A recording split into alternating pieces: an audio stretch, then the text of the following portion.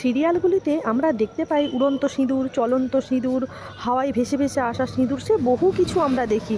আর এই সব সিঁদুরগুলো যে পড়ে ঠিক সেই নায়ক নায়িকারা যাকে ভালোবাসে সেই রকম মাথাতে। কিন্তু এইবারে ব্যাপারটা আলাদা হলো। এইবারে নিজে যেচে পড়ে সিঁদুর পরে নিল। হ্যাঁ বন্ধুরা, এইরকমই কিছু দেখতে পাবো শুভবিবাহ সিরিয়ালের আজকের পর্বটিতে।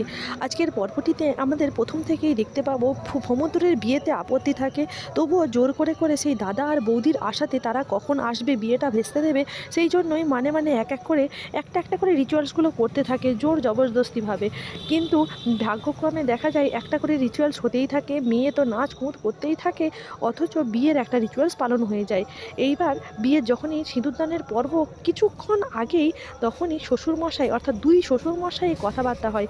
তাহলে কথাবার্তাগুলো আমাদের সেরে নেওয়াই ভালো, বিয়েটা তো হয়েই গেল প্রায়, শুধু সিঁদুরদানটাই আর বাকি আছে। এবং মেয়ের পক্ষের বাবাও বলেন, হ্যাঁ হ্যাঁ, এতে আর কথা বলার কি আছে, কাগজপত্র আমি এনেছি, আমার যা কিছু আছে সবই আমার মেয়ের, এই নিন সব কাগজপত্র, এতে আর বলার কি আছে, আপনারও যা আমারও তো, আপনারও ছেলেদের জন্যে সব, আমারও মেয়েদের জন্যেই সব।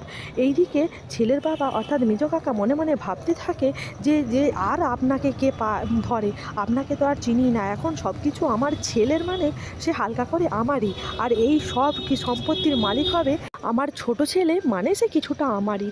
এইরকমভাবে কথাবার্তা যখনই চলতে থাকে, সব বিয়ে শেষ হয়ে যায়, মেয়ে রং ঢং সবই চলতে থাকে। ঠাম্মা তো বলেই বসে বিয়ে হচ্ছে না আবার প্রহসন হচ্ছে, কিন্তু ঠাম্মাকে এখন মুখ বুজে চুপ করিয়ে দেয় বাড়ির আরও যারা লোকজন থাকে তারা সকলে। ফরিদা বলে, কেন আগের বারে যখন জিনুক এসে এরকম নাচ গান করছিল তখন তো আপনি মেনে নিয়েছিলেন, আর এই মেয়েটার বেলায় আপনার কিসের প্রবলেম হলো, আমি তো বুঝতে পারছি না ঠাম্মি।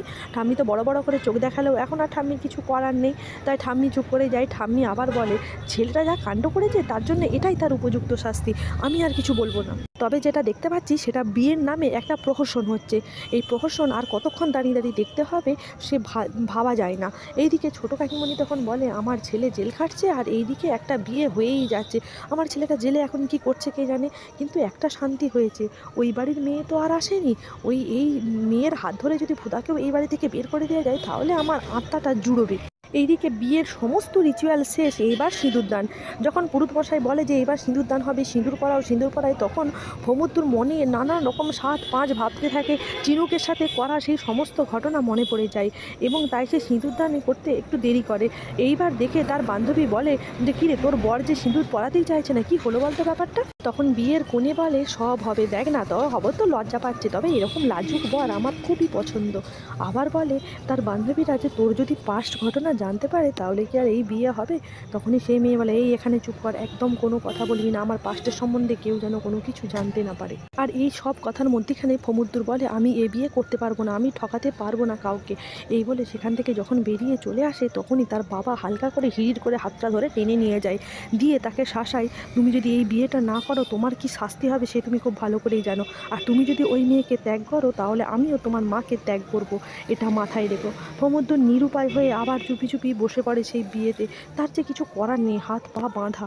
বিয়ের পিঁড়িতে বসে সেই সিঁদুরটা যখনই হাতে নেয় তখনই এইদিকে এসে বাধা দেয় ফুদা এবং তার স্বামী ফেজ। তারা এসে বলে এ বিয়ে হবে না, কারণ ওরা দুজনে দুজনকে ভালোবাসে না, ওরা সমুদ্র ভালোবাসে আমার বোনকে, তাই ওরা যে অভিনয়টা করেছিল সেটা কিছুটা হলেও সত্যি, তারা ভালোবেসে একসাথে ছিল, যদিও বিয়েটা হয়নি। এটা একটা ঠাম্মিকে বলে, ঠাম্মি তুমি এ বিয়ে কিছুতেই হতে দিও না, কিন্তু ঠাম্মি বলে যে আমার কিছু করার নেই, তুমি দেরি করে ফেলেছো সুধা। সুধা সবাইকে খুব করে বোঝাতে থাকে কিন্তু কারো কোনো কথাই শোনে না মেজো কাকা। মেজো কাকা বলে, এই বিয়ে আমি দিয়েই ছাড়বো, আমার ছেলে যত বড় সর্বনাশ তোমরা করার চেষ্টাই করো না কেন।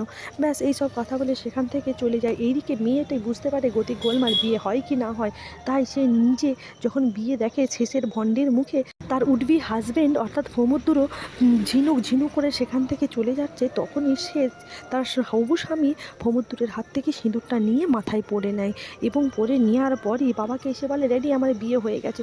সবার মাথায় হাত চাপড়াতে থাকে, এ কি করলো, আর কিছু তো করার নেই। সমুদ্রেরও কিছু করার নেই, কারণ সে নিজের থেকে সিঁদুরটা পরায়নি। তারপরেই ফুদাকে বলে, এবার কি হবে? দিদি তুই তো আমার বিয়ে তো আটকাতে পারলি না, তোরা এই নিজেদের মধ্যে আর ঝগড়া অশান্তি করিস না। আর এই সবের মধ্যে উঠে আসে চিনুককে যে কিডন্যাপ করিয়েছিল কাকামণি, সেই কথাটা উঠে আসে। তাই বলে, কাকামণি তুমি একটা মেয়ের জীবন এরকমভাবে নষ্ট করতে পারলে? আর কাকামণি তখন সবাইকে ধমকে লোকড়ে চুপ করিয়ে রাখে।